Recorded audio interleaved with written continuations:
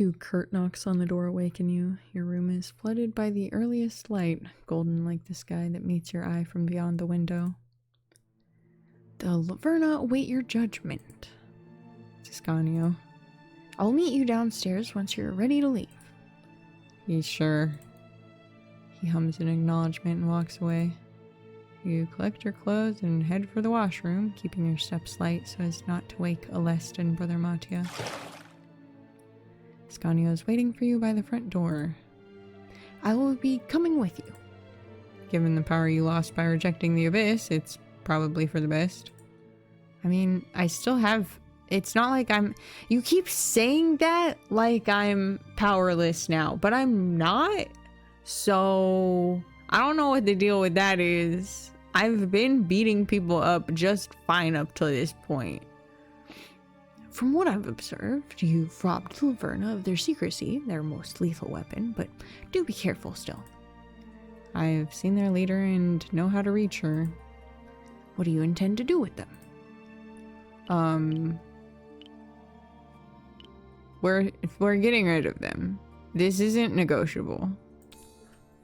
Not all, not Sealess, not those enwebbed within the Laverna against their will. Ascanio's eyes lower. Death is not something I administer lightly, but I cannot deny its effectiveness. We'll use the shadows to infiltrate their cove. Close your eyes and surrender to the darkness that light creates. Your body ceases to exist, welcomed by the eager shadows. Among them, your pure thought, free and unbridled. I can't skip this yet, huh? Can sense Ascanio in the darkness, close yet distant all the same. Together you slither across the cobblestones, climb walls, and spill onto leaves and branches. We've done this fucking charade before.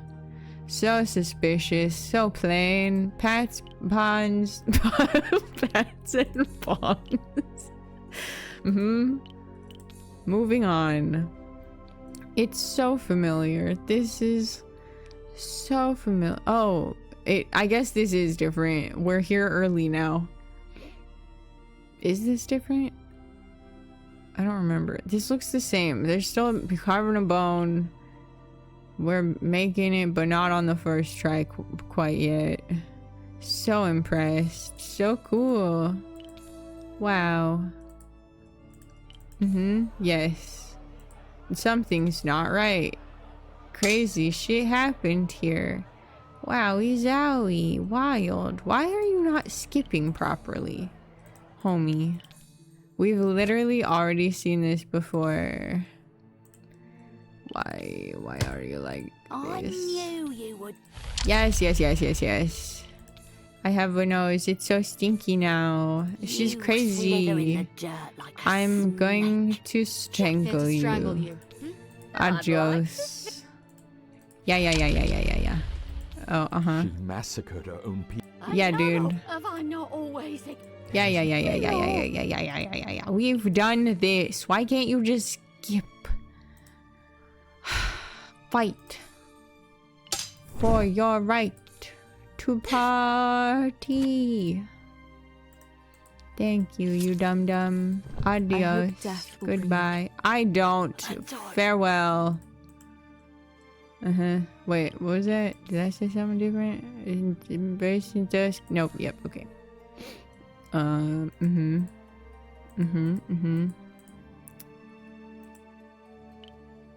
Someone like Renzo might be perfect as their new leader. Wait. Called by their leader, stripped of their secrecy, Laverna must discard their old name and values if they want any hope of surviving the ire of the people. I mean... we don't... this isn't my problem to solve. So...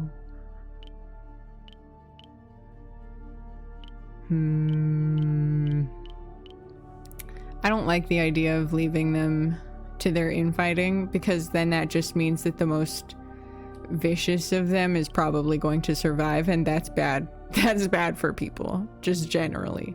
We are getting rid of this problem. We're dealing with it. To do that, you'll have to paint the streets red with their blood. Darkest hour for them, but not for the rest of the city. I see the grimness of slaughter in your eyes. It's the only way to free Carolise from them. all of them? Yours won't be indiscriminate murder. You'd never kill Silas, and how many are like her are there? Only the wicked will have to fear. He seems relieved. Yeah, I'm not a fucking piece of shit, you dickwad. Jesus Christ, so little faith in me. Fuck. The Laverna's fate is sealed. You displease the Abyss with your rebellion, but it can't bear to loathe you. Its power courses through your veins, invigorating, addicting. You who serve the prodigal one, please the Abyss with your deeds. You brought death onto the perfected one, bathed in its truth, yet blind to its glory. All returns to the Abyss. Thank you. I would like to be the strongest there ever was. Ooh, although I could up this. I don't want it. Never mind. I don't want brain powers. I mean, I want brain powers, but not like mind control powers. You know. The stench of death is beginning to seep out of her fresh corpse. It'll have to fill the entire cave to satisfy you. Haha. Haha. Shadows swallow you once again, and you trace your way back to the guest house. You need some time for yourself before you're ready to face Autry and Alpheon. After refreshing yourself and collecting your thoughts, you're ready to leave. Between Autry and Alpheon, the latter is going to be much easier to convince. Does he not adore the goddess already? Is it not her name that he invokes in his hour of need? Ascanio is waiting for you to see you off. I will stay here, lest the Admiral lay waste to the tavern. The streets of Carolis are the usual riot of scents and colors. The distant smell of brine carried by the wind mixes with that of fresh bread and olives, and laughing children run past you. The scene steals a smile from you. This is the beauty you swear to nurture, as the Lady of Dawn.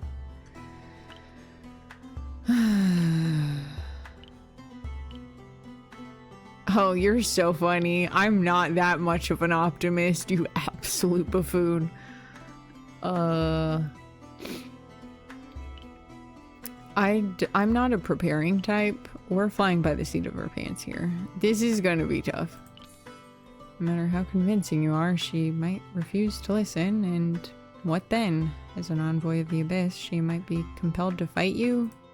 Do you even have a chance against her? I mean, I'm not gonna fight her, period. So, if she wants to fight me, I guess she'll just have to straight up fucking stab me.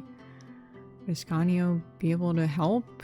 And that's of course not counting Alpheon's reaction. Unlike Autry, his ways are subtle.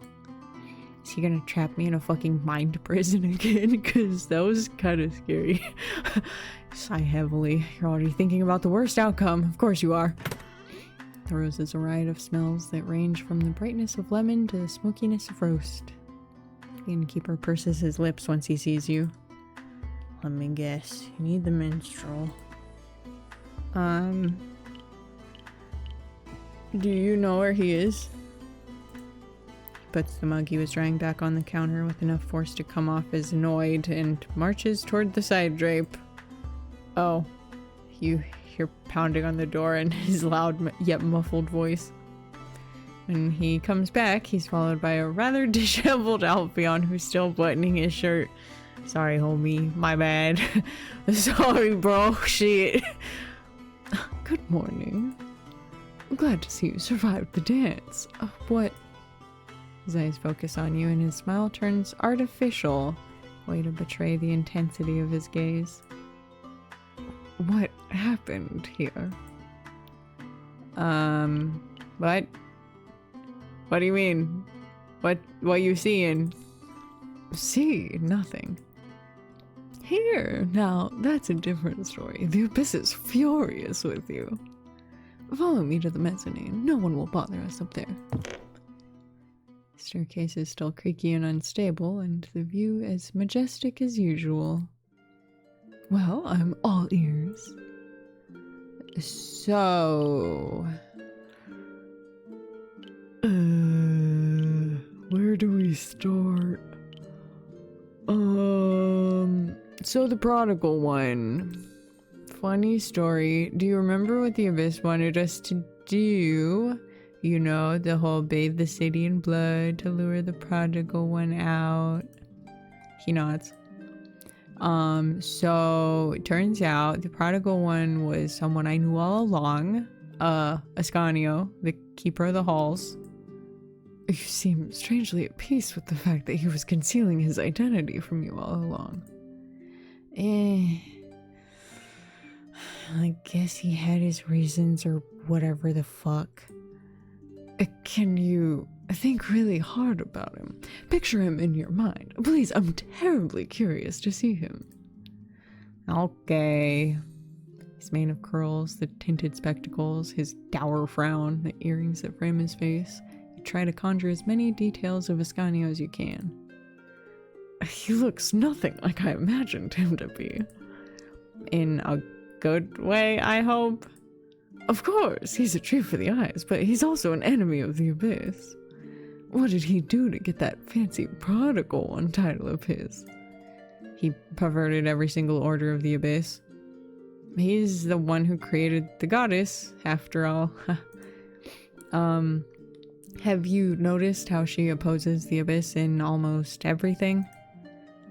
Sadly, yes, and I'm not ashamed to admit I find her cause a worthy one. The Abyss relishes in hunger, so Dawn establishes soup kitchens. Grows fiercer during the perils of childbirth, so the Prime safeguards both mother and child. And it swells in dirt and death, so dusk gives dignity to those without much time on Earth. Alpheon nods throughout in agreement. How come something so beautiful and worthy doesn't truly exist? She might not be real, but what the people do in her name is. You smile. That's exactly what Ascanio said as well. The goddess, after all, is his creation. Alpheon, who himself defies the Abyss with his idleness, is as understanding as you imagined him to be, even going so far as to express admiration for Ascanio's design of the goddess. All this, and you still haven't told me what happened at the dance. I assume Ascanio really revealed himself to you there? Yeah, right when I was supposed to bring forth the darkest hour. You did no such thing. No.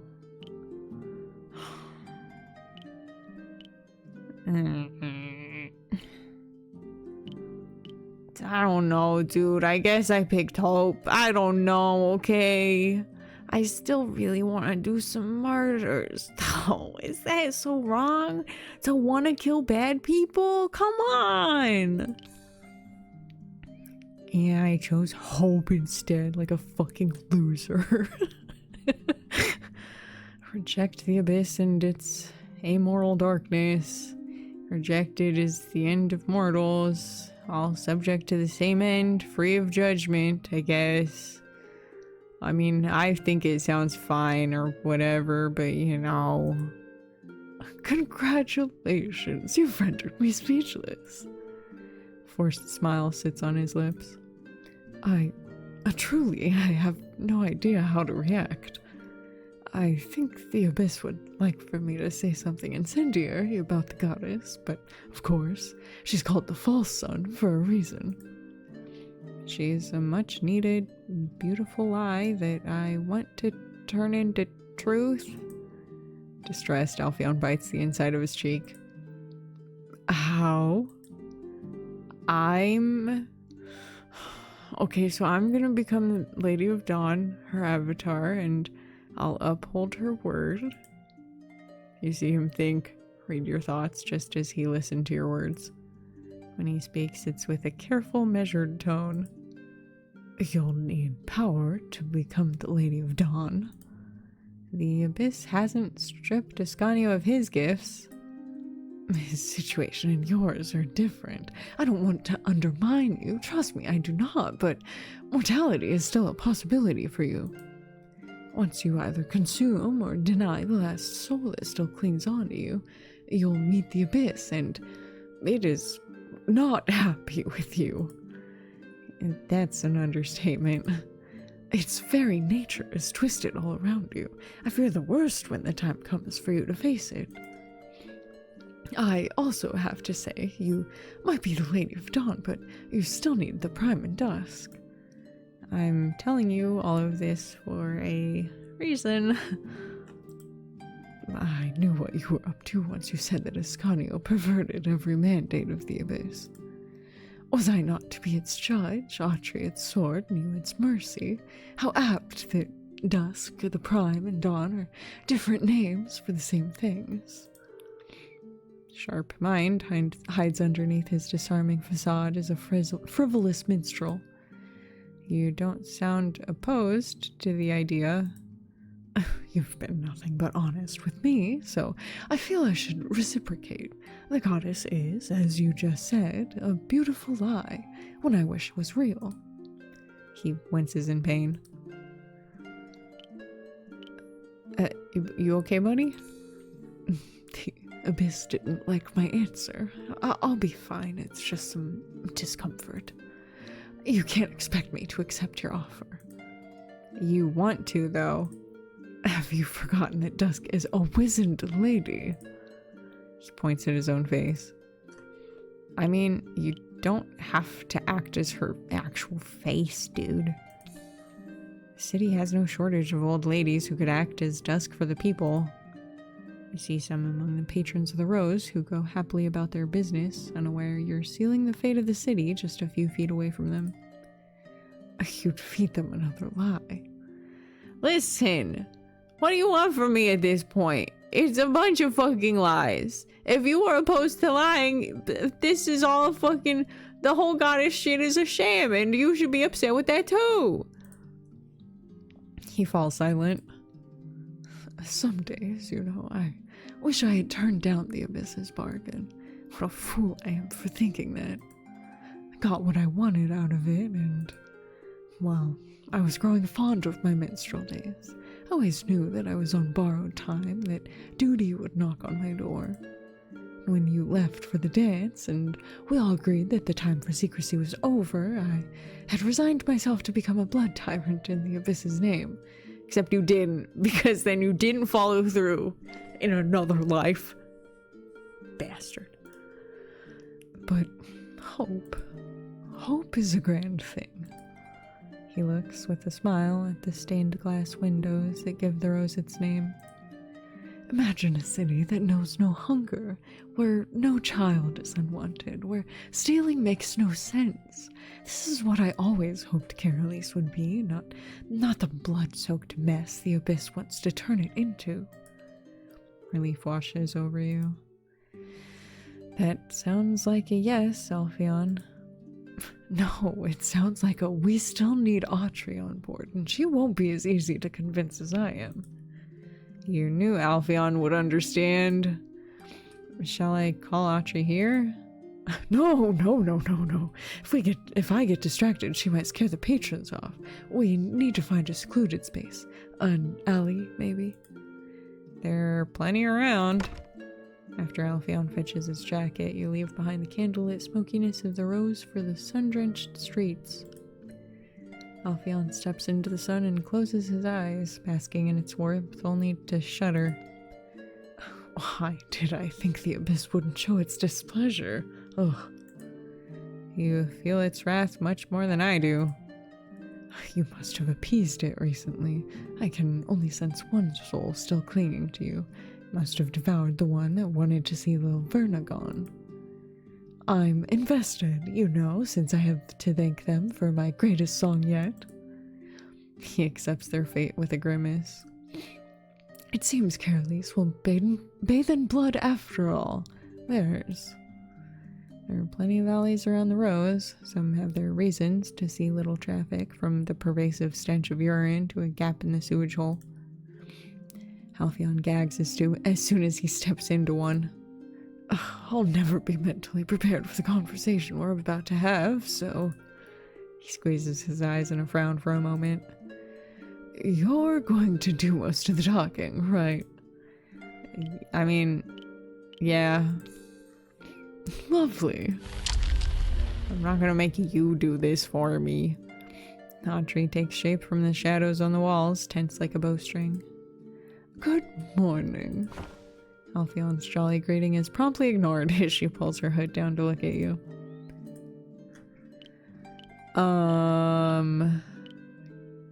Good. Why would I say what?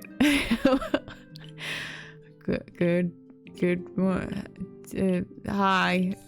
Good morning, Autry. She hums in response. You walk a dangerous path. Her eyes pierce right through you. She must sense, just like Alpheon did, the displeasure of the abyss all around you. Why'd you call me here? Well, you see, I'm just gonna tell you. What the abyss wants is not in the city's best interests. She takes a deep breath. What's best for the city guard patrolling the streets matters very little to the nobles in the citadel. Blood and terror... well, terror doesn't befit anyone. Mostly, probably. Whose blood are you talking about? She crosses her arms and leans over the wall. The streets of Caerlease have only known the blood of peasants thus far. She looks towards the citadel, perched atop the rock, distant and impossible. For things to change, they must taste a different kind. The abyss's truth is brutally simple. Rich or poor, old or young, all souls find their ends in its embrace. Its everlasting darkness accompanies them, cradled to the grave. Once the people of Caerlease open their eyes to the truth, the city will be bathed in blood, yes, that of the tyrants that can find rewards and punishments to the afterlife. I so agree with you, girlie. Unfortunately, that's not an option on the table for me, really.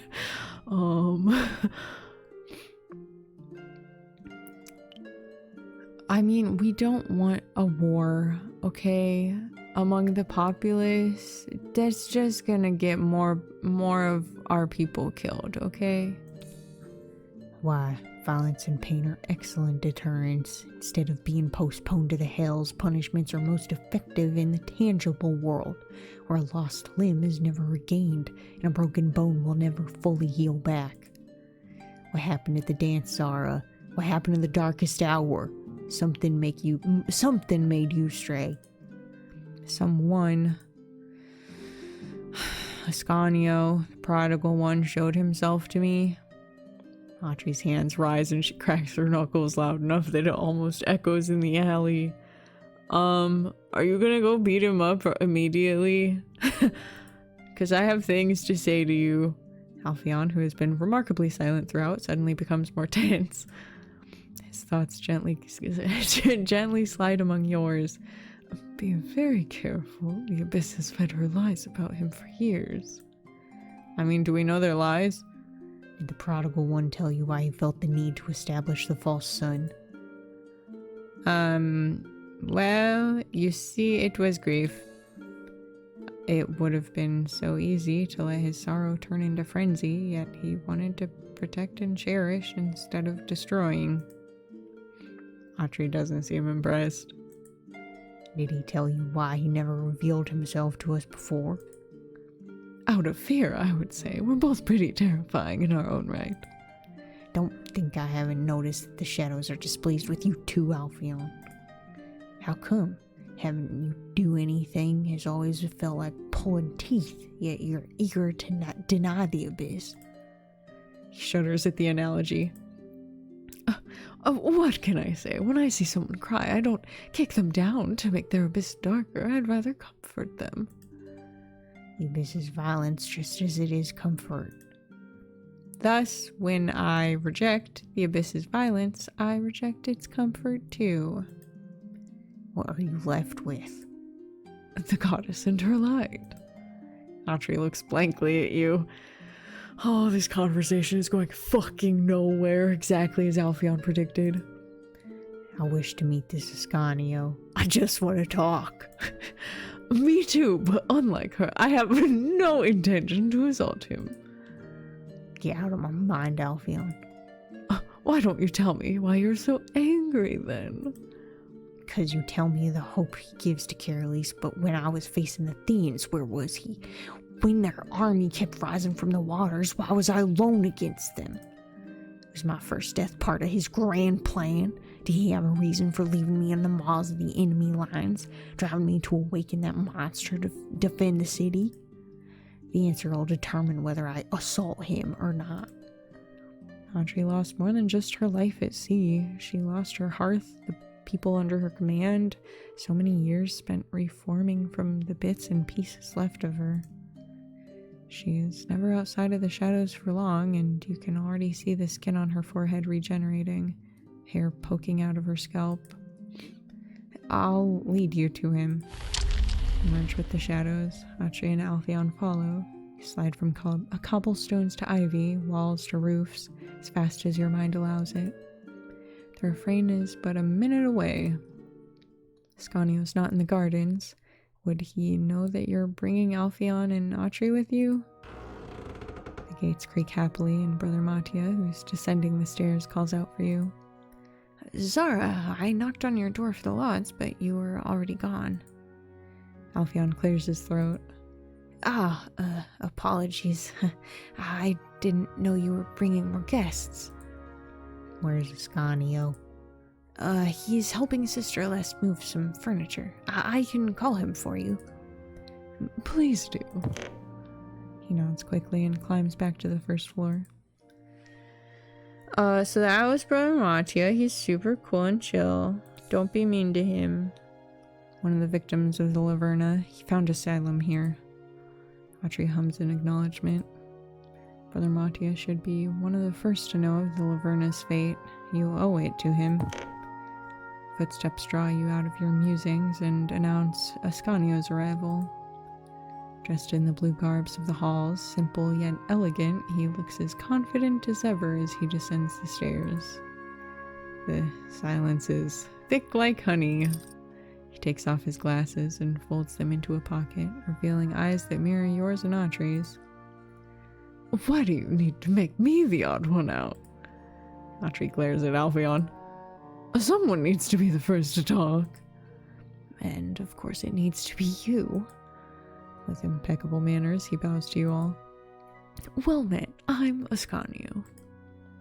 You know who we are? I have, of course, heard of your good work in the city, rescuing victims from fires and tormenting the wicked. Funny you say that. Never heard a single good thing you've done. I find that having statues in your likeness severely limits how free you can be centuries after they're carved. Audrey's hands ball into fists, and Alpheon rushes in before the situation devolves any further. There's no need to be fighting already, really. You've only just met. Spurned by his plea, Audrey controls her temper for now. Do you insist on knowing what I've done for Carolis? I followed the mandate of the Abyss and established it. And when the Theans were attacking, where were you? I was hiding. Coward. Insult me all you like. Had they found me, they would have been successful. It wasn't the city they were after, but my blood, for it grants the gift of magic. So you did nothing while I faced their army alone? Did you ever notice the darkness of the abyss within the corpses you were fighting so relentlessly? They were gifted undeath by Irme, ruler of the winter court of Thea. I couldn't be seen by them. She would know of my presence. You could have met with me. You could have told me. You could have done anything to help instead of letting me waken that creature. I could have, but I did not. And where's your apology? I wish things had gone differently.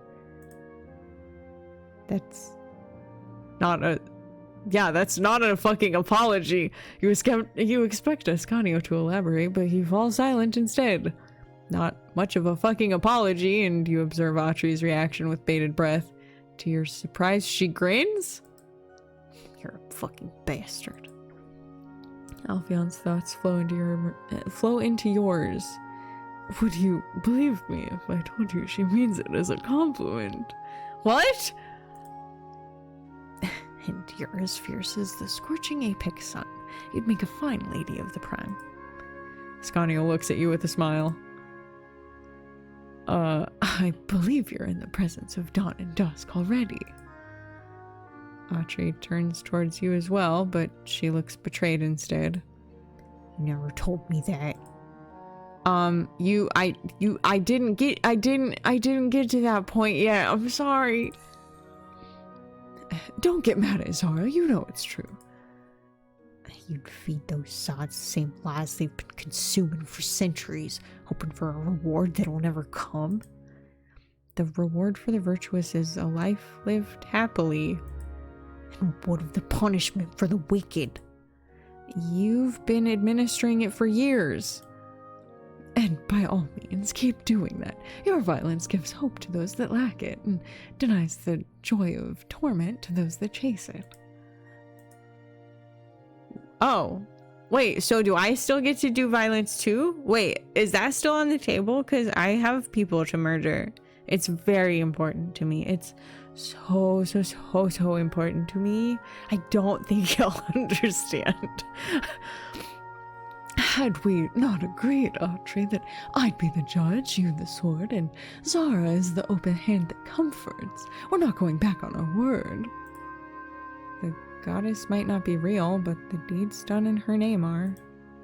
We are envoys of the abyss. Darkness empowers us. Shadows course through our veins. Your nature does not define you. He gestures at himself, then at you and Alpheon. As you can see, Autry's beside herself. You see her take a deep breath and then shake her head, unable to come up with a rebuttal, and then disappear. Autry, she's just being difficult about it. Now that she's gone, Ascanio releases a deep sigh. Oh, are you scared? Are you scared of her? Have you been sifting through our thoughts the entire time? No. Well, I mean, maybe just once or twice, to make sure that you were telling the truth, you know. Your non-apology to Autry. Would it have killed you to tell her that you felt guilty about letting her die? You know how she is. She would have seen me as weak instead of respecting me. Alpheon hums something with a shrug. Well, what now?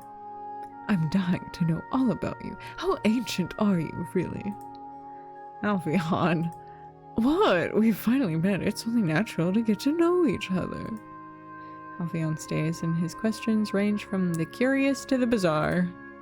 To your surprise. Wait, what are the bizarre questions? Now I'm curious. Oh, okay, bye. To your surprise, Ascanio entertains his whims for a while, in the spirit of cooperation, you're sure, but once the bells toll, marking the 14th hour, he eagerly excuses himself. Do you really have to ask him about the baths? He's the one that diverted the river. He should know what kind of water they get. Before he leaves, Alpheon makes a quick stop to Alest's and Brother Matia's rooms, where he slices away their memories of the screaming match between Autry and Ascanio.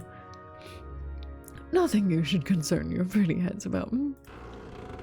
Once he leaves as well, a strange sense of finality hits you.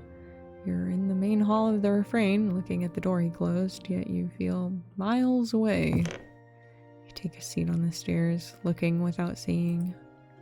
You were formed into being through the sacrifice of some of the Abyss's most loyal acolytes, and the souls you devoured empower you to turn away from the fate that was determined for you and write your own. It still doesn't feel real. The creaking floorboards above your head remind you of Brother Matia and Deleste, still in the dark about the Laverna's fate. You snap out of your reverie and head upstairs.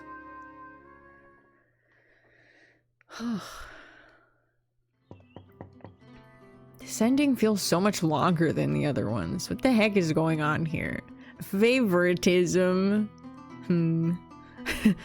Brother Matia opens Alest's door after you knock. Zara, I wanted to sing the lauds with you this morning, but you were already gone. That's what he told you once you returned to the frame. How many of his memories did Alpheon tamper with? Jesus! I'd welcome you in, but my room is... It's utter chaos. The table and chairs are currently on the bed, and the wardrobe is smack in the middle, too heavy for Alest and Brother Matia to move. Wasn't Ascanio helping her move furniture before you asked for him? Did he just leave and not finish helping? Yeah, do you need any fucking help? I can do this so easy. I'm so buff, dude. I couldn't possibly ask you to waste your holiness on furniture. It's not holiness, it's pure strength. You approach the wardrobe. Its weight won't be a problem for you, but its unwieldiness will. Stupid fucking big shapes. Where do you need this? Where the desk was? It'll cover the window. She nods. Instead of lifting it, you push. The shadows embolden your muscles and grant them enough strength to move the massive piece of furniture. Thank you. Dawn, aid me. You made it look so easy. Why did you decide to rearrange the furniture in the first place?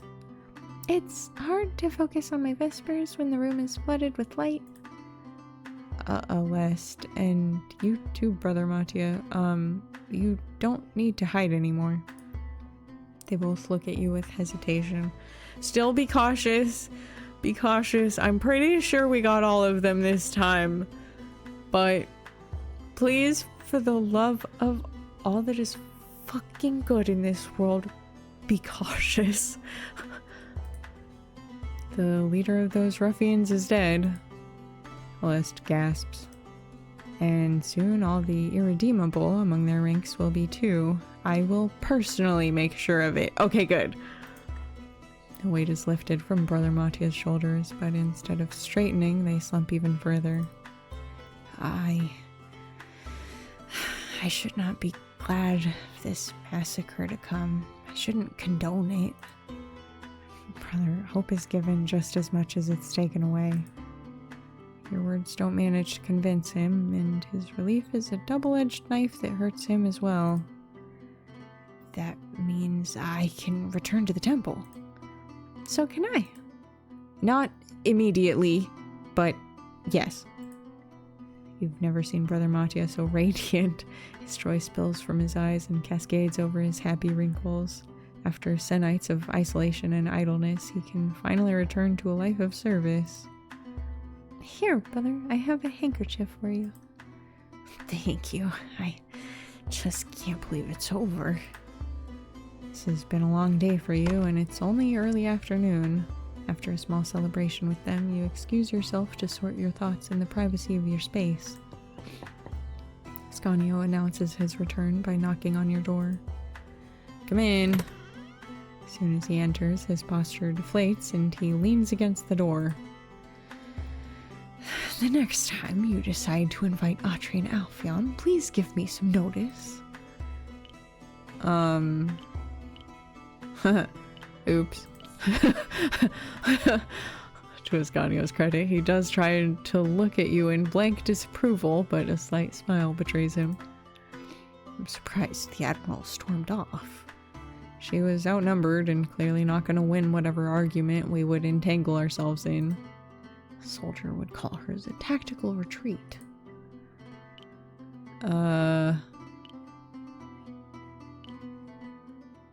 What happens if she decides to oppose us? I'm not gonna fight her. Just know that. That's not a fucking option. His face darkens. I'd rather not talk about it. But you have thought of it. Obviously. But enough about her. What did you think of Alphion? He was surprisingly subdued while the argument between Autry and I was unfolding. His head isn't nearly as empty as he makes it out to be. A rare compliment. I have plenty more coming for him, but I'm afraid they'd only go to his head. All the bells of the city toll together, marking the half hour. You listen to them in silence. I must return to the halls. Knowing what will happen to how many exactly is necessary before you can ascend as the Lady of Dawn. What?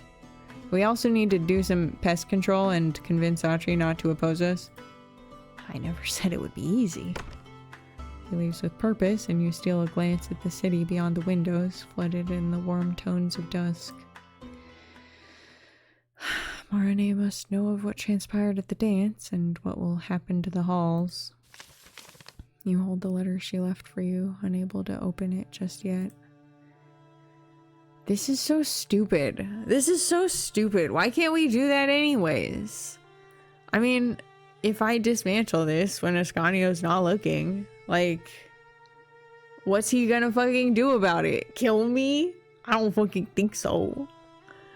The freedom she thought she would gain in the abyss will never come to be.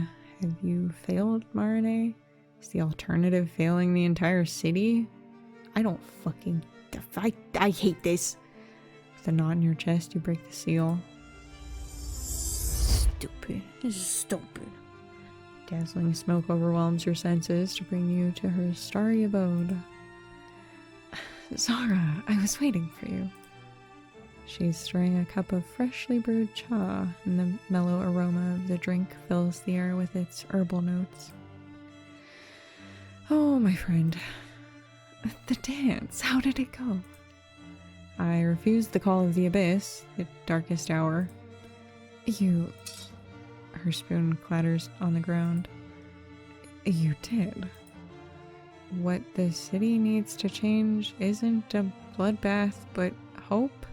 Hope not to be dreamed, but touched. In disbelief, she listens to you recount your exchange with Ascanio. The Laverna, however, they will not have another chance. And you will send as Dawn. With Atri as the prime and Alpheon as dusk, falsehood backed by truth, magic, and intention. Wish I could be firm enough in my beliefs to oppose you, but truth be told, you loathe killing. She nods. Power by any other name would be as invigorating.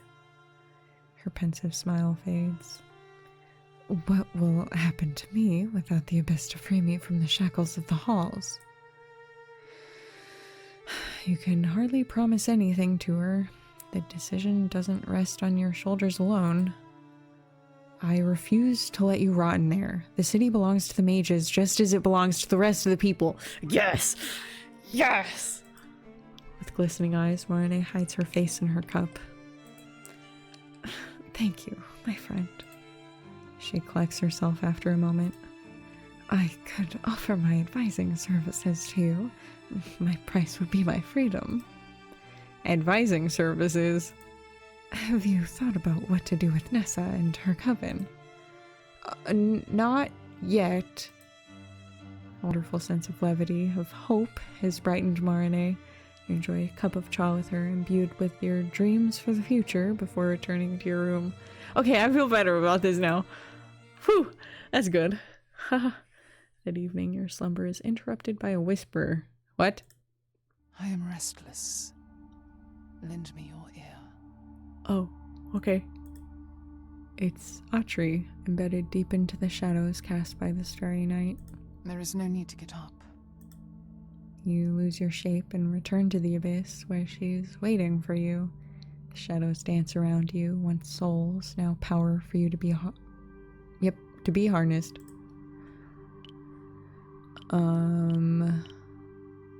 Do you feel better? Are you okay? How are you doing? Do you feel better? Yes, you saw me in a moment of weakness. But I have none left for now. I'm not sure that's a good thing. For you, maybe. Within the world of the abyss, where souls mingle without the limitations of physical bodies, Atri retracting from you means she needs to rearrange her thoughts. It doesn't take long, but time is meaningless in the abyss. How did you convince Alpheon so easily? I mean, he's always preferred the goddess to the abyss. His choice to support her, to be dusk, must be founded on something more than a simple whim. Alpheon has always been sensitive to a fault to the pleas of mortals. He not only knows what's hidden in their hearts, he also knows of their desires. And what do the mortals want? They must want her lie, the illusion of justice, empty retribution. It won't be empty if we're doing it. Having them believe in the heavens and hells doesn't mean the gulls will have to be empty. What of the gallows? We will need to decide that together with Alpheon and Ascanio, and refine our tenets and... Tenants? Dawn is my domain, and 3 are my laws. Nurture hope, cherish understanding, and remember that what you wish upon others, you wish upon yourself. What about yours? Beat bad people up? I wouldn't know. I was never interested in the practices of the goddess. Okay, well, but it's what you want, dude. I'm sure you could be brought up to speed in no time. You grew this enamored with the false sun after speaking with the prodigal one.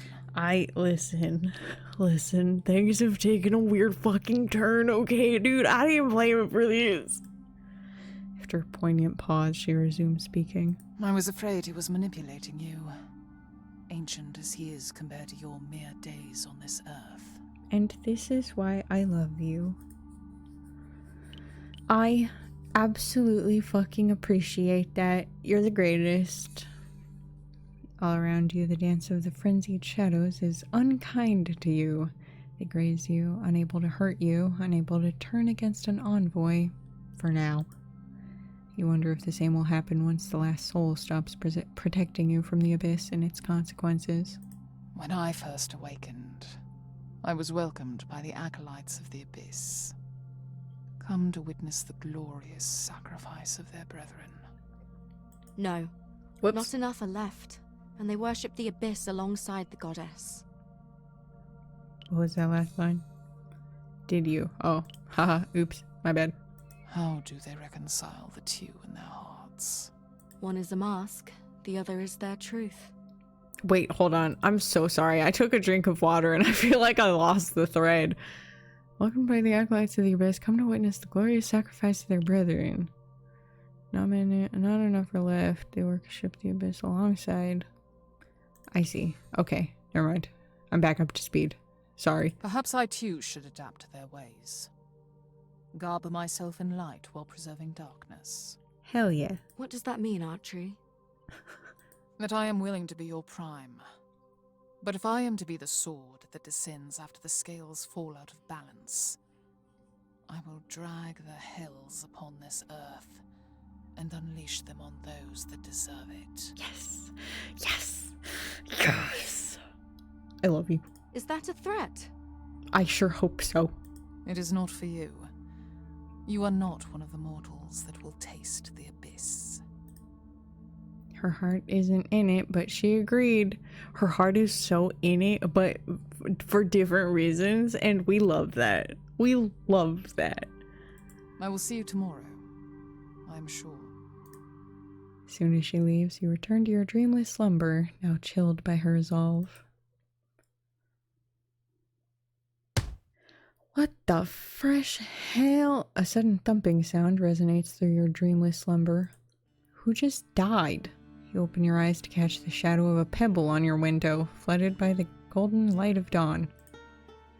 You know of only one person who'd be awake so early and would rather throw rocks at your window than enter the refrain. You adjust your nightgown to be presentable and look into the courtyard. Silas is kneeling on the ground, searching for more pebbles to throw. Before she gets the chance, you open the window. What are you doing? Trying to wake you up. What do you know? It worked. I'm coming in, if you don't mind. Through the window? Why not? It's quicker. She stands up, pats her hands on her pants, and squares the wall up for a moment. While she climbs up, you get dressed. Once she reaches the window, she beams at you. See?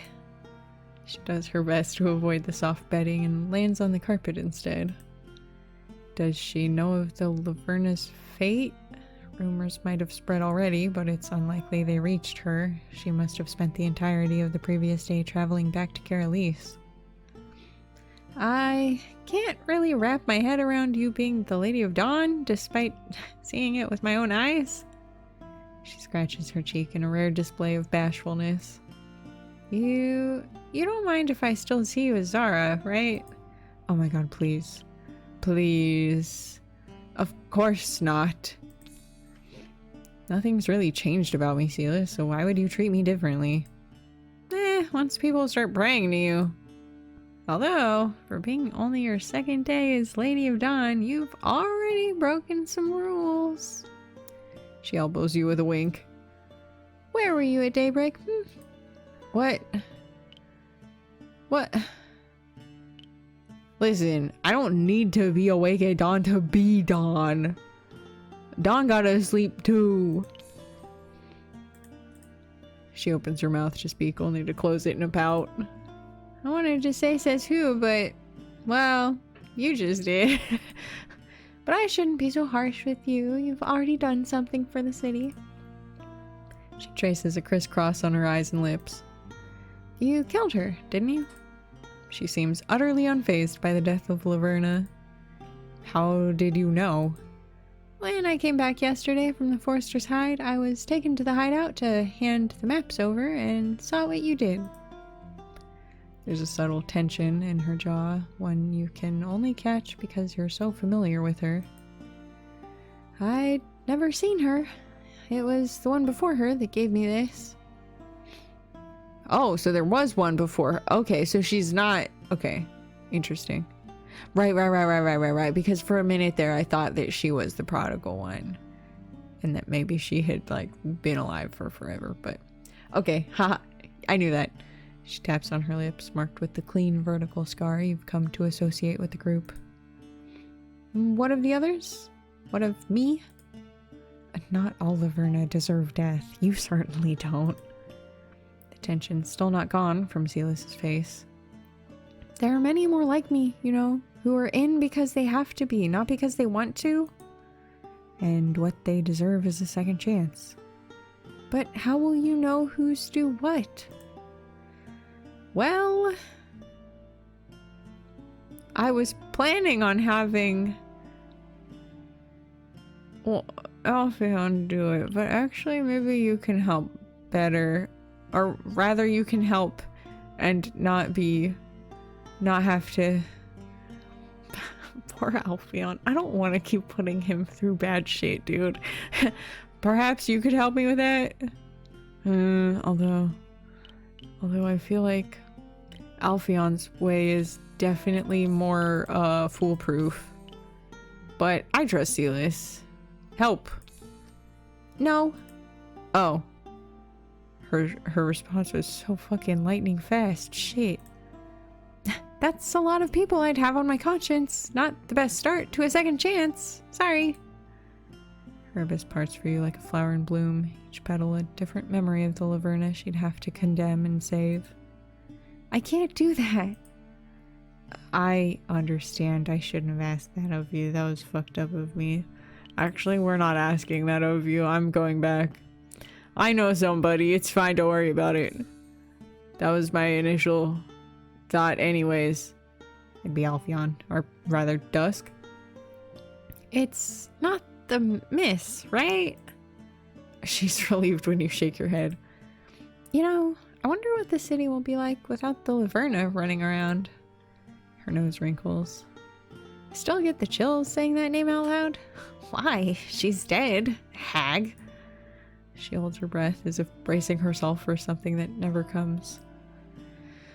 Only then does the tension wash away from her face. She's dead. This time she says it with more conviction. I obey no one now, and my debt to them, well, you're gonna kill them, so who will keep score? Small smile that appears on her lips, growing larger as the realization hits her. I'm free. Hug! The abyss within her swells, unable to accept the sense of finality that comes with the Laverna's death.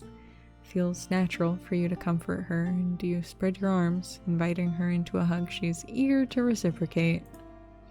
She squeezes you tight, swaying from side to side. Still can't believe it. Give it time. You have plenty now. You're right. She parts from you with mirth. I almost forgot what I came here for. Her hand digs into a hidden pocket of her vest, and she fishes out a small roll of parchment. This, do me a favor. A faint scent lingers on the parchment, that of wax and perfumed oil. Handwriting, despite its cursive elegance, is occasionally splotchy. words. Chill your bones. Zara, how much is this ruffian's life worth to you? What the fucking... What the fuck? Oh, he's dead. Oh, he's dead. Oh, he's so fucking dead. What the fuck? He really thinks that he can fucking threaten me like that. Are you fucking kidding me? Oh my god, he is so fucking dead. Unbelievable. Zara, how much is this ruffian's life worth to you? Meet me by the Admiral's statue at noon, and no harm shall come to her once you divert your eyes. Signed, Brother Dearest. How did you get your hands on this? Did someone give this to you? Why? Is it bad? I'm gonna do so much murder. I'm gonna do so much fucking murder. Someone's trying to threaten you, but don't worry about it. I'm about to take care of this. Her abyss reveals her secrets to you. The desire to fight and the instinct to flee drown everything else in her mind. Danger looks somber on Silas. You sever the connection to the abyss and ignore the shadows that try to pull you back into her mind. Who is it? Signature belongs to Miss Legrande's brother, the one that made a fucking fool of himself during the Queen's dance, and none other than the patron lord of the house. Nobody's gonna lay a finger on you while I'm around. That doesn't answer my question, but thank you. Please tell me where you found this. She turns around and begins pacing.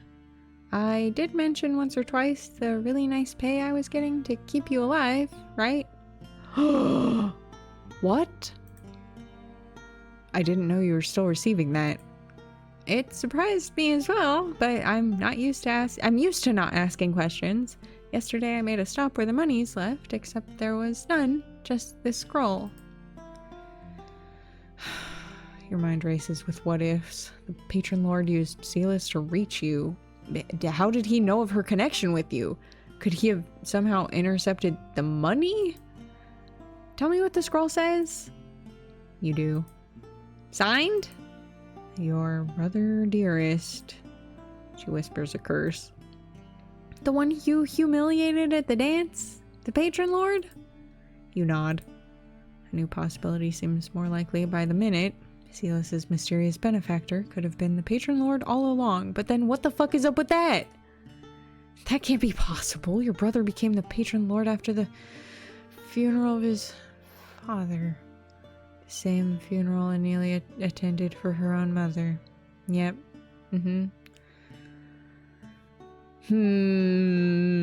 What? That's why the journal entry was suddenly cut. What the fuck? Our own wait, what? Okay, this is fucked. Wow. Foof. That's fucked. Was this a posthumous arrangement by Miss Legrande's father? Why Silas then? Questions will have to wait until noon, you're afraid. Let me handle this. Aye, aye, friend. Gone are the protests and the worry. She trusts you. You let her go back to sweet Miss Meatball, left in the care of a neighbor, Silas tells you. You find Ascanio in the entrance. Of all the things he could be doing, he's polishing a door handle with a rag.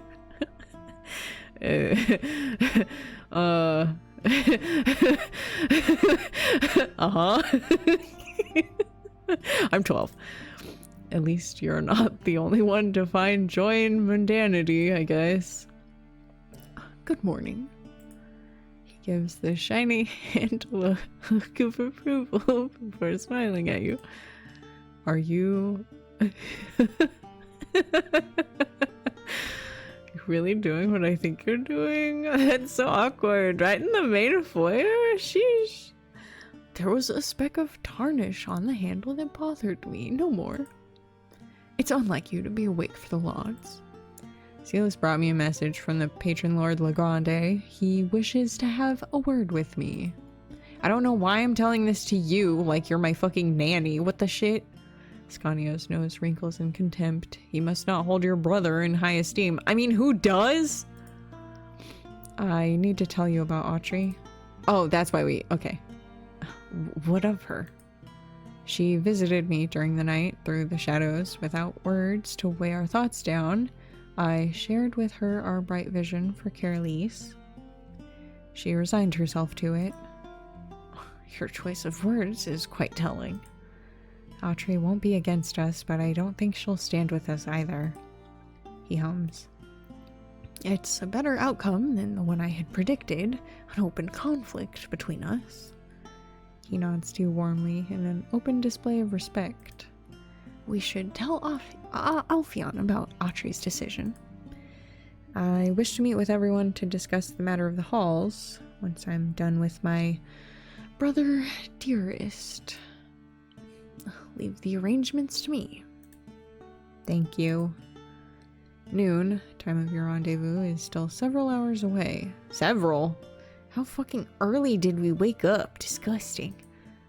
You decide to return upstairs and bump into Aleste, who's delighted to have someone to talk to as she redoes her braids. Autry's statue rises from the rest with stern grace. Her eyes are fixed on the horizon, and her foot is much shinier than the tarnished rest.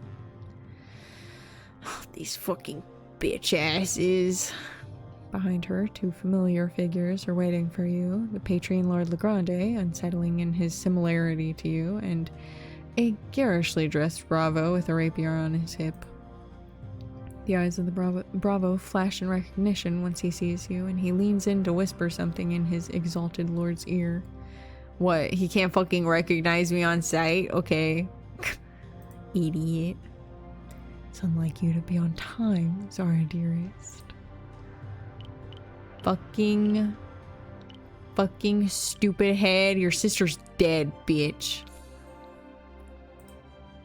So you said at the dance also, but here you are, standing before me in the flesh. How'd you know how to contact me? How indeed. I would not divulge the secrets of our house so easily, but since you're a part of it... He wipes an invisible speck of dust from his shoulder. Father's will included a peculiar clause, one I had to execute to succeed him. It concerned your dowry. Much of it was used for the funeral, but the rest was hidden, 1 silver coin a day under a loose stone in a well.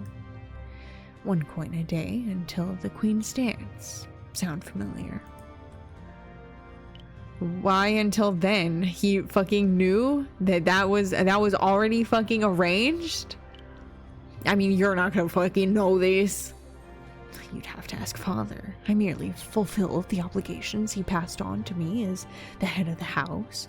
Imagine my surprise once I saw you alive and talking with the ruffian I was paying to do the ladies know what. Why threaten her? You've always despised little gnats like her. I'm not the Zara Legrande you knew. Make no mistake, sister dearest. I know you've changed, but in the eyes of the Citadel, you'll always be a Legrande. And what an honor it is for our house to be blessed with the Lady of Dawn. Oh, you're so fucking stupid. So that's what this is about, huh? You're here in the interests of House Legrande. Why else? I'll speak plainly. It's only natural that you return to the house in unofficial capacity. We shall become the cradle of dawn and rise to rule the city like we were always destined to. Oh, you're so fucking stupid. I guess I don't want to say this because I don't want to rule the city, but also fuck you and your stupid, pricey little ass. How short-sighted. You know nothing of governing, but the house has always enjoyed steering Carelise. Your mandates, how do you plan to turn them into laws? What about their enforcement? Should some be enforceable at all? What I offer you is mutually beneficial. We shall work together in her name and strengthen each other. He's not wrong when he says you know nothing of governing, but he's presenting the house as your sole savior Once you officially ascend as the Lady of Dawn, you won't displace judges and lawmakers. If anything, you'll work with them. Oh, you're so fucking stupid. I don't fucking need your stupid, dumb ass. Get out of here. Jump in the fucking river, bitch. I must not have heard you correctly. I assure you that you have. That's the line I said. That's the line that it was. 100%. He exchanges a glance with the Bravo, but the burly man simply shakes his head. I've seen what she can do, my exalted lord. I value my hide more than I value your fucking coin. You insolent rabble. The patron lord has seen what I can do as well. Perhaps he wishes for an encore. He points his finger at you. This isn't the last of me. You will return to the house. Oh, fuck off. Oh, fuck entirely off. His fingers are elongated like yours. This is the idle thought your mind carries as ooh, gross. This is the idle thought your mind carries as you reach out with your hand and twist it until you hear a satisfying crunch. He jolts away from you with a cry. We're done here. You look at the Bravo. Will he jump in to defend his exalted lord? But he raises both hands in the air. I like you. What are you doing? Chase after her. You nod to the Bravo and turn around. He doesn't follow you. The refrain, concealed from the populace with magic, is but a short walk away. You head there with purpose, mulling over your exchange with the patron lord. Oh, we're gonna have to murder his ass. There's just no way. Wait, the nobles all live on a hill, right? Hey, what if we just do some, topography rearrangement? Maybe a little landslide happens. Oops. Mother Nature got angry. The lush gardens are empty, but you hear a commotion inside. Oh, nope, it's music. Alfion's honeyed voice merges with the notes of his lute and claps that follow the tempo. Oh wow, the gang's all here. Oh right, we did arrange a meeting, didn't we? You peek into the foyer, occupied by a small crowd. Alfion sitting on the stairs, surrounded by Alesta and Brother Mattia, the source of the enthusiastic claps. Leaning against the doorway, Ascanio claps as well, but with far less gusto. Autry is the only one who seems indifferent about the performance, but a better look reveals a small smile concealed under her hood. O shadow of death, you haunt all miseries of the soul, the enemies in their hearts, all remedies of old. You've never heard this song before, but the melody is vaguely familiar.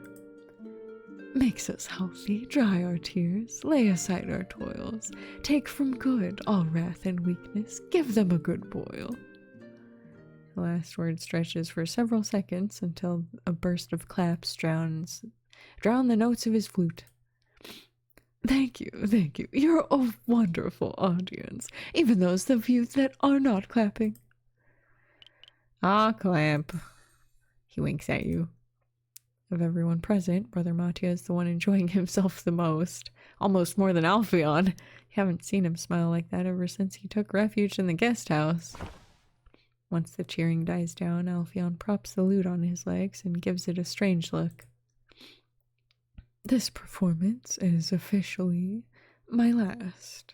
What? Was his voice strained, or was it just your impression? You think you see his lips tremble, and then his eyes glow in the otherworldly hue of the abyss, and a smile replaces his resignation. Now Autry can finally smash my instrument to pieces. Why would I do that? Learn to play it properly, at least. What was wrong with the way I played it? You take the chance to step into the foyer and make your presence known to the others. Last you're here, we have important matters to discuss. So important that you can't answer me, Autry. I played that perfectly. She ignores him and squares up to Alesta and Brother Mattia. Before they can say anything, Alfion twirls his finger and their faces become blank. Oh, don't do that to them. Just ask them to go. Yeesh. both nod in unison and head upstairs, docile under his command. I didn't even get to say hi! My bad, I was a bit too hasty in dismissing them. I could summon them back. No! That's worse! There's no need for that. We should move to the dining hall. He gestures to the space behind his back. Come. Lit by chandeliers even during the day, the dining hall is austere in its splendor. Several tables, enough to provide seating for dozens, populate the paneled room. How is everything so sparkling clean? Did you keep it ready for us all this time? Ascanio's glare has no bite. He seems almost flustered. I hope that one day you will come to appreciate silence without feeling the need to fill it with idle remarks. Goodness gracious, I hope not. Are you quite done? Alfeon pouts but stays quiet. After a moment of silence, Ascanio speaks up. The patron Lord Legrande wanted a word with you, Zara. He's desperate to exploit my past in his favor, but I ignored his bribery. Hatri nods in approval. Foolish as he is, the young patron lord is also powerful. I pray he won't sow discord and retaliation. We could nip this in the bud, you know. Before we move on to more pressing matters, like the halls, there's something else I'd like to talk about. We're listening. We oppose the Abyss and all it stands for. Hatri's lips turn into a thin, vaguely snarling line. What of its acolytes, then? Out of the small coven that still exists in the shadows, you've only ever met Nessa. I've kept my eye on them. Their numbers thinned significantly once Alfeon and then you were raised by them. Must we do something about them? Whatever do you mean? I do not wish to stain my hands with their blood. Time will bury their voices without the need for us to interfere. I refuse to kill Nessa. She's taking care of Misha, and that's extremely important to me. That's actually literally all that matters to me.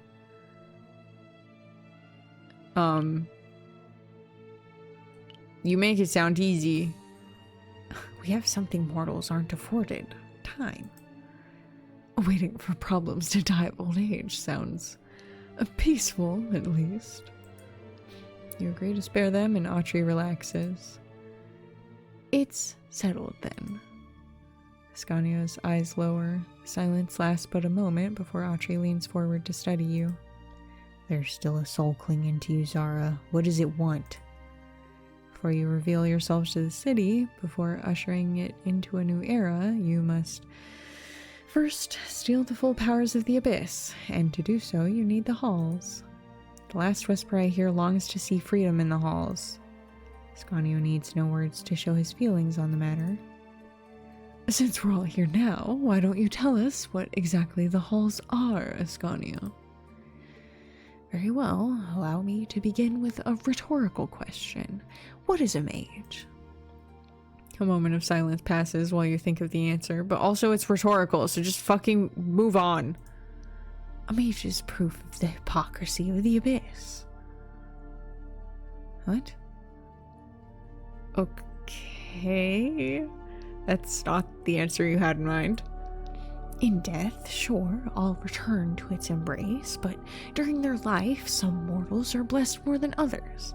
Their eyes occasionally glimpse the shadows we see so easily, and their blood can boil hot enough to call forth power. He leans back. In other lands, they're initiated into priesthood and act as enforcers of the envoy's will. They're the Abyss's army, the one I was intended to lead. Lead them I did, away from the guiles of the Abyss. Through your blood. It allows mortals to see in the ether like I do. Years of meticulous study choke out the mage's affinity for the impulsive magic of the Abyss. Imagine all the good they could do if they weren't locked up. There's a reason most only leave their gilded cages during the festival. I don't want to see the city dependent on magic. You have such a fucking stick up your butt about this. about mages acting as advisors for the nobility. Wait, what? Do they do that currently? What? These... Sometimes the answers that they give me really aren't enough for me to know what the fuck I'm picking. Magic being used for the city? Magic could still be used in extraordinary situations to aid the city. That's already the case. The expansion of the harbor has seen no casualties so far thanks to mages supervising the project, and the canals are soon due some work. But it could be more. Fires. People are actively in fucking danger and they can't help with shit because they're afraid of your stupid fucking warden ass bullshit. You saw Ascanio for the first time as the warden, after all, come to spirit away Marine after her transgression, helping with a fire that was ravaging a building and threatening to spread. Walls are abundant for a reason. Besides, Audrey here has kept the casualties exceptionally low. At a cost. She's been out of the shadows for long enough that her skin is beginning to heal, her eyebrows bud in a line above her eyes. Cost I do not mind paying. I have yet to hear a single thing about letting the mages go free. Think of the destruction a disgruntled mage could cause. Imagine all the good things they could accomplish. Oh, we are outvoting you so fast about this. Yes.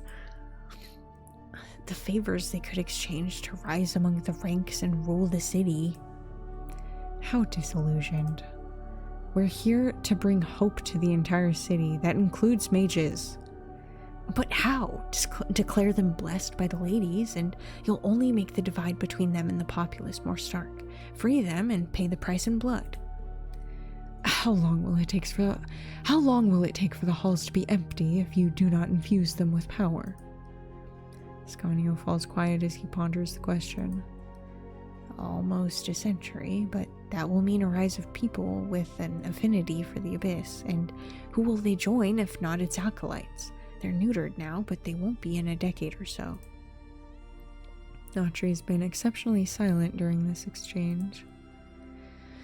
I refuse to see Marine shackled once more.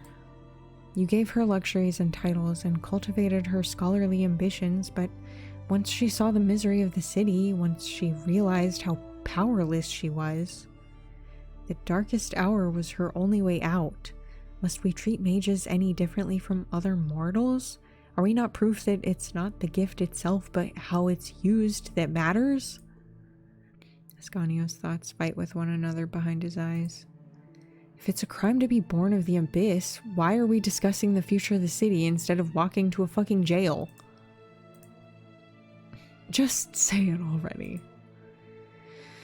As you wish. They shall be allowed to leave the halls and practice some magic.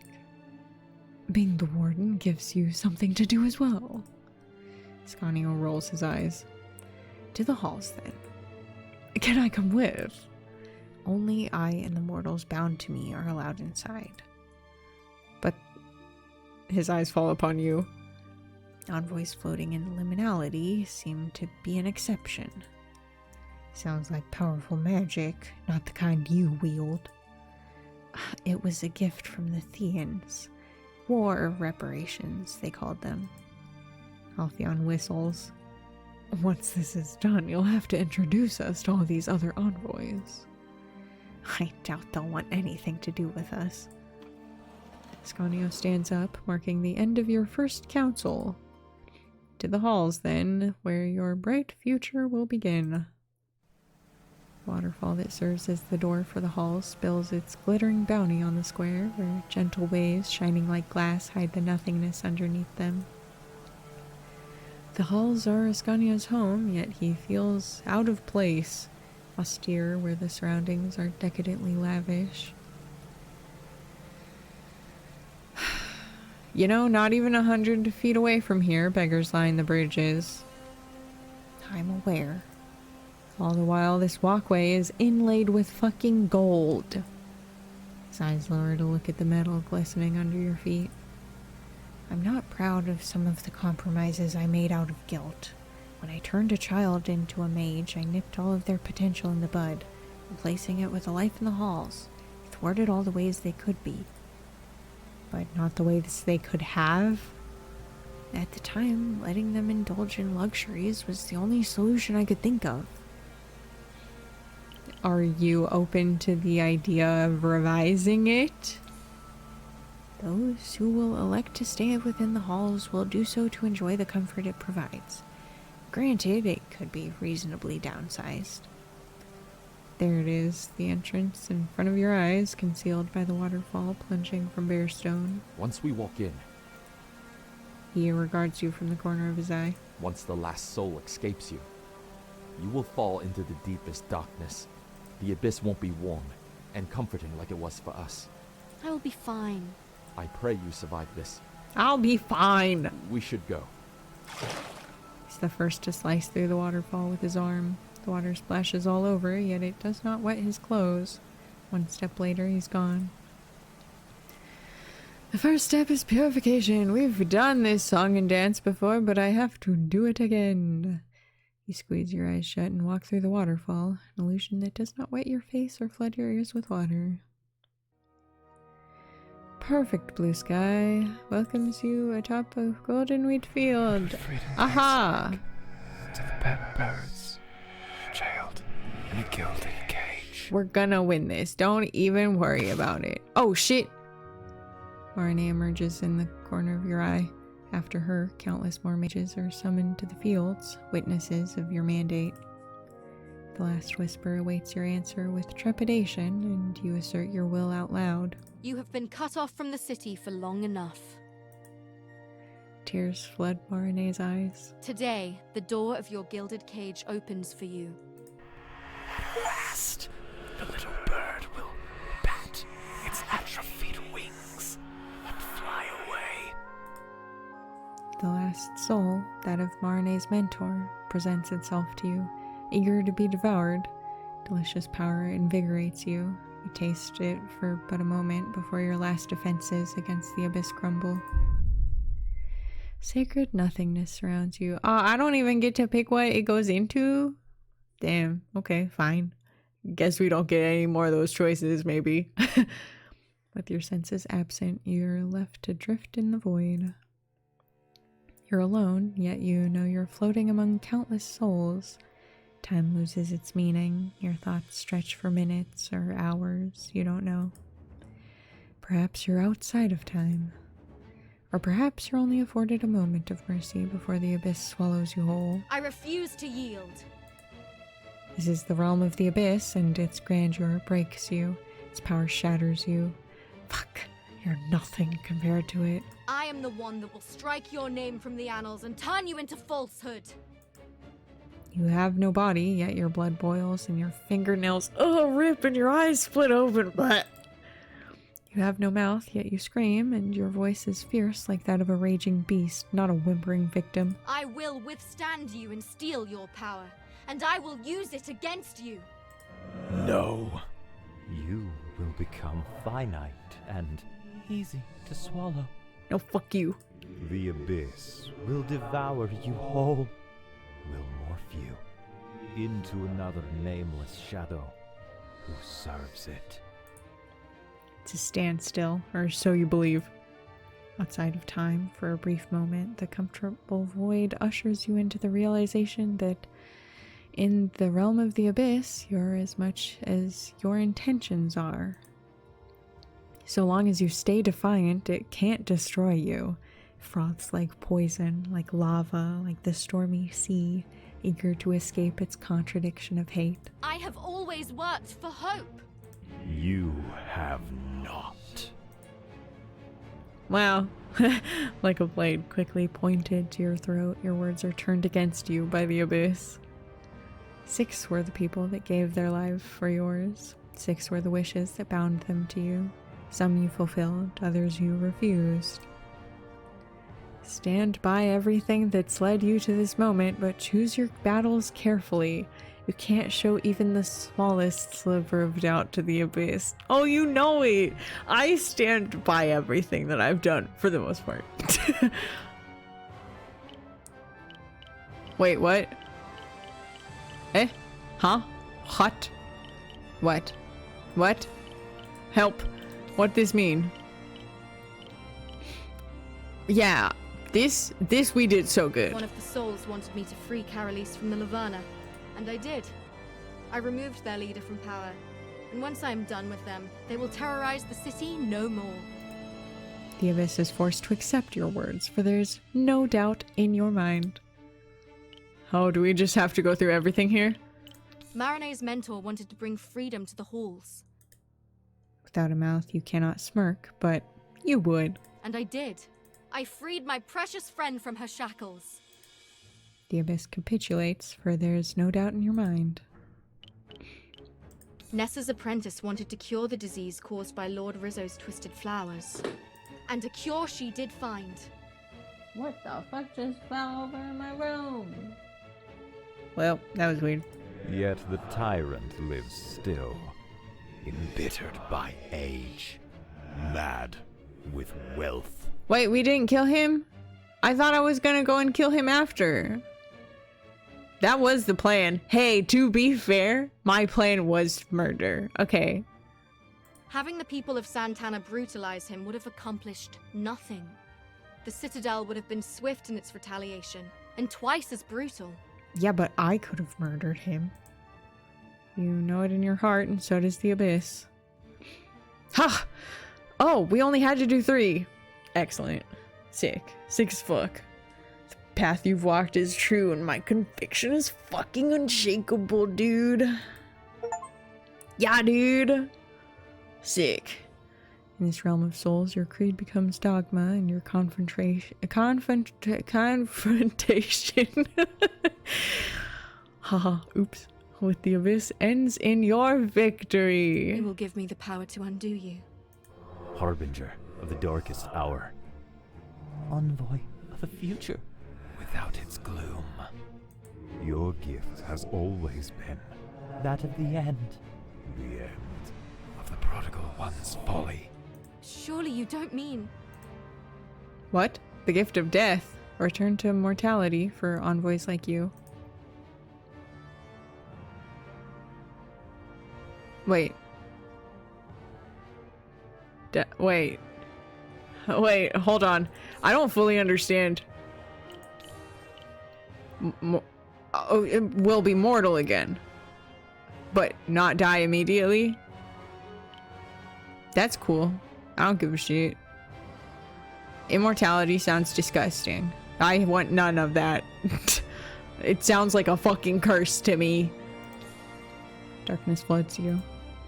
Now unbound by the promise of mortality, you withstand the shadows without them consuming you. Wait. Now unbound by the promise of mortality, you withstand the shadows without them consuming you. Ancient wisdom shapes itself in the boon you received. You severed yourself from the shadows to accept its gift without obeying its word, and can force others to do so as well. Oh, but it would kill them. Oh, wait. Wait.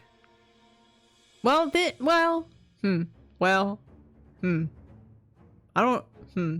don't know what to do with this.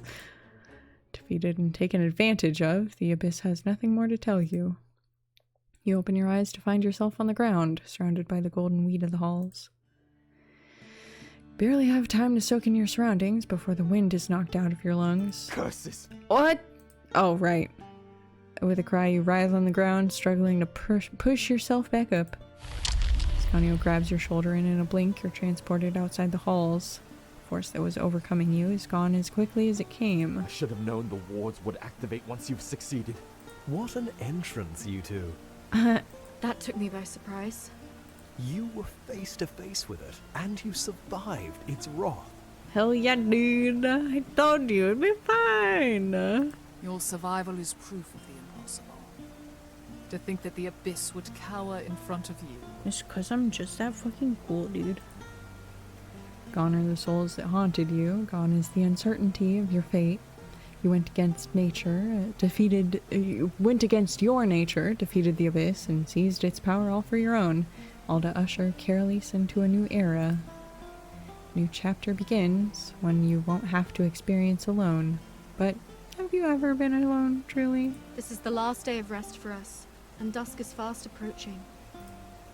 This is your last day as Zara. Come tomorrow, you'll become Dawn and belong to the people.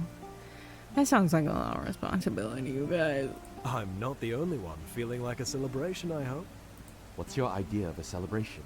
What the fuck do you think is a celebration? Actually, I'm pretty sure I understand Alfion's idea of a celebration. What the fuck is your idea of a celebration is the better question. Wine, good company, and a lovely view from the mezzanine of the Rose. Yeah, exactly. That tracks. Do we do it? We did it. Convincing the city of your worth is a struggle, despite your allies. You ascend first, for that's the burden of Dawn. Autry takes the time to restore her scarred face to its former glory and discard her rags. The striking resemblance she bears to her statue is more clear than ever. The Admiral returns to Caroline, hailed not for her prowess in battle, but for the many people she's saved throughout the years as the city's protector. Once her illustrious past comes to light, yours emerges too. Rumors spread of Miss Legrande's chilling cruelty, the joy she found in torment and perversion. Fuck. You have the patron Lord Legrande to thank for bringing ruin to your image, or trying to. Alfion's quick to intervene before the rumors get out of hand. Why didn't we kill that asshole? Ugh. So fucking stupid. We could have solved so many of these problems by just killing a couple more people. Come on. Get with the program. Alfion, whose domain is the darkest, ascends away from the city's eyes. His tasks are the most taxing, but he does it all with a smile on his face. As for Ascanio, he can finally rest and enjoy the fruits of his labor after centuries of relentless hope. Thus begins a new era for Caroline. Brother Mattia refuses your offer to rise through the clerical ranks. It's among the people where he belongs, he says, distributing bread and lending his ear to the troubled. Lest's fate is much grander. Once the corrupt members of the clergy of Dusk are purged, her ironclad values and fine mind make her the natural candidate as Alfion's right hand. With the help of the others, your purge of the Laverna is a quiet affair. Those too numbed by death to see the sacredness of life are given a swift end. Left without a place where she belongs, and with the weight of all those souls on her shoulders, Silas struggles greatly once she's free. Faith helps her once again. Her admiration for the beautiful statues of the goddess gives her purpose. Now an apprentice in a carpenter's shop, she can use her finesse to her heart's content, carving wood instead of flesh. And Meatball also was great. More and more mages abandon the halls to return to their families. Many rally around Marne and elect to use their magic to repair crumbling houses, maintain canals, and put out fires. Several others lament their decadent past and refuse to leave the halls. You've given them a choice. What they do with it is in their hands. Malik's— oh my god, I haven't seen you in so fucking long, it feels like. Malik's unique position as someone who's both Carolesian and Fidian make him a good negotiator among the merchants, and his shop becomes a wonderful blend of items that carry a bit of both lands in them. That was still the same— you fuck! Patron Lord Rizzo lives long enough to see you come into power. No plea nor gift can make your heart waver, for you know the atrocities he planned. He's the first, the ladies judge, and is found guilty. Which means he died, right? Right? Autry killed him? Yes? Is what that means? Right? Right? I need this, okay? Amelia becomes your personal seamstress, and her extravagant style is well suited for the Lady of Dawn. Autry takes Nessa and her coven under her wing and grants them her protection. Now walking a path too dark for a child to follow, Nessa surrenders Mishe to Lapo. His studies of herbs continue with Lapo's instructions on medicine. Okay, well, You keep your promise to ice cream and visit it in its watery lair. Intrigued by how you went against your own nature, it's eager to listen and learn, and defend the city should the need arise. Ice cream, I love you. You tell as much to Bastian, who requests the Navy to safeguard the waters around Kiralise. You rule directly only for a generation. Year by year, law by law, you strip nobles of their wealth and privileges until they can be judged fairly. No mortal shall ever be above the law, and crime begets punishments in the hells as well as on earth. Your transgression against the abyss does not go unnoticed by the other envoys, and once the horizon is darkened by enemy fleets, you must defend the city. You never wanted to make use of your gift, for you knew it would invoke fear, but death of an envoy, thought to be impossible before, is what brings the invasion to an end. Oh shit! Well, good thing I did that. Whew! Ha! Wow! Oh my god, we like won. We like really actually won. Fucking wild. Kiralise, enclosed in the embrace between sea and mountains, is allowed to thrive by itself, with you to guide it should it fall into the mistakes of the past. Times change, plagues ravage entire countries, revolts plunge them into bloodied frenzies. Every terrible change inspires mortals to do better, to toil so that their children will never have to experience similar horrors. As their lives grow more comfortable, as their numbers surge, the abyss's voice grows kinder, its magic less wicked. Perhaps the time of envoys is over, you think. Science can guide them instead of blood, reason over ignorance. Is your great work done? You can go faster than this. Oh my goodness, we are all looking fabulous. And when the Coast Guard stops us, what are you going to do? Charm them like you did last time? No, I'll cover their body cam first, and then charm them. What? Because it went so well when you last tried it. Time has not been kind to your powers. Mortals have taken a liking to breaking down the inexplicable into understandable bits, but the abyss still defies the comprehension of most. Archery, do you still have the receipt? It should be in my bag somewhere.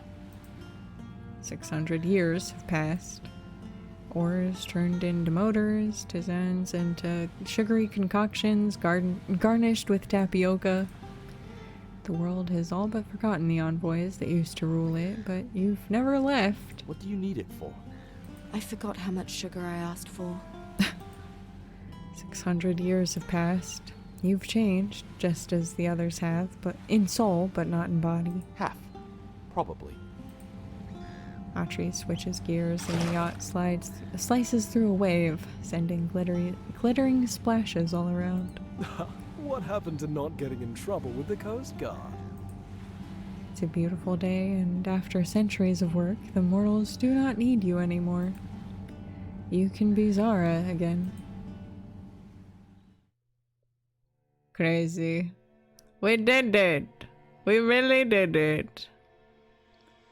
Well, good shit. Oh shit!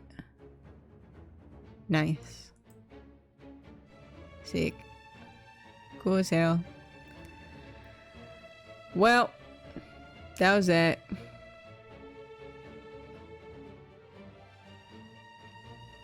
That's crazy. I can't believe that that actually was the best ending. I mean, I guess it makes sense because it was like, you know, the accept hope or whatever, peace and stuff. But also like no. I've learned more. I've learned better than to fucking believe that that will always result in a happy, good ending. Okay? That's naive. Sometimes that's just not it.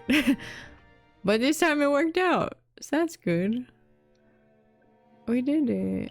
Did I finally fill out the rest of my codex? Perhaps? Possibly? Oh shit, we filled out a little bit more. City's founding. Conversation between friends. We've lost 3 ships already to the reef of your hamlet. What are you saying? They returned to you unscathed. Don't think I didn't notice the signs of repairs. They're not the same ships that left Havid. Had you not been there, they would have become lost. Ugh. I took the liberty to ask my sister to survey the area. The waters around the promontory are clear. Why not focus your efforts there? The Vals doesn't touch that land. Why is that a problem for you again? My friend, your tears have already dimmed your eyes. Do not let them dim your mind. It would not be much effort to dig a canal around the promontory. You're welcome. Invasion. Document in multiple languages has been annotated by a precise hand. From Arnault of the Spring Court, mirages that addle the senses. Good addition to the halls, perhaps. From Theophany of the Summer Court, same words that imprison Irme fit to my liking. Her idea of establishing a safe haven away from mortal eyes has its merits, but if the war has proven anything, it's that the halls require protection. From Roger of the Autumn Court, the art of decoys shaped as letters. Truly a fine trick.